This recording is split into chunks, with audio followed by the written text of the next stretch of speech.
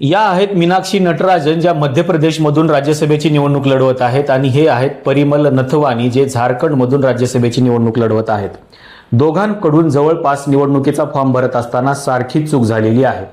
परंतु याच्यामध्ये एकाला वेगळा न्याय आणि दुसऱ्याला वेगळा न्याय निवडणूक आयोगाने दिलेला आहे, आणि म्हणून ही निवडणूक सध्या चर्चेचा विषय ठरलेली आहे.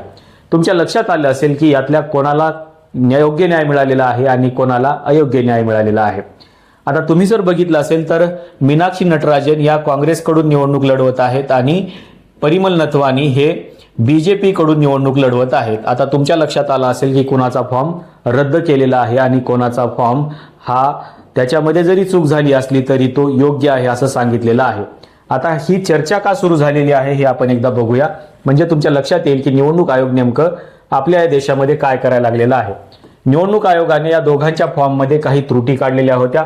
मीनाक्षी नटराजन ज्या काँग्रेसकडून निवडणूक लढवत आहेत, यांच्या निवडणुकीच्या फॉर्ममध्ये त्यांनी काही माहिती लपवल्याचा आरोप केला गेलेला आहे. आता यांनी कोणती माहिती लपवलेली आहे तर त्यांना एक खाजगी मानहानीच्या तक्रारीत असलेल्या न्यायालयाच्या समन्सची प्रतिज्ञापत्रामध्ये त्यांनी नोंद केली नाही अशा प्रकारची तक्रार एकाने केलेली होती आणि त्याची चौकशी सुरू झाली.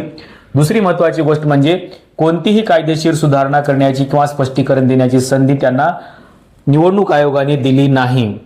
आता याच्यावर थोडंसं फोकस करा की संधी त्यांना दिली नाही. दुसरी महत्वाची गोष्ट म्हणजे त्यांचा कुठलाही फौजदारी गुन्हा नव्हता किंवा आरोपपत्र दाखल नसतानाही तांत्रिक माहिती गहाळ असण्याला माहिती लपवणे असं संबोधलं गेलेलं आहे, आणि निवडणूक आयोगाने अति कठोर भूमिका घेत त्यांचा निवडणुकीचा जो फॉर्म आहे तो रद्द केलेला आहे. आता दुसऱ्या बाजूला जे परिमल नथवानी जे बीजेपी कडून निवडणूक लढवत आहे, त्या परिमल नथवानी यांच्या प्रतिज्ञापत्रामध्ये हिंदू अभिवक्त कुटुंबाच्या कागदपत्रामध्ये नाव आणि आर्थिक आकडेवारीमध्ये गंभीर विसंगती होती.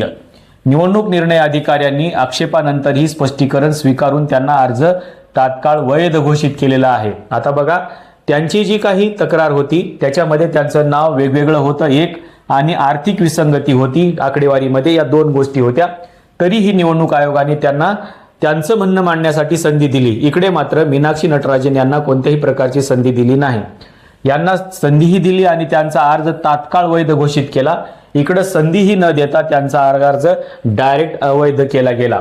मालमत्ता आणि नावातील तफावत हा लोकप्रतिनिधित्व कायद्यानुसार गंभीर दोष असतानाही त्यांना लेखन दुरुस्ती म्हणून, म्हणजे प्रिंट मिस्टेक किंवा टायपिंग एरर म्हणून त्यांना माफ करण्यात आलं आणि त्यांचा फॉर्म निवडणूक आयोगाने वैध ठरवला.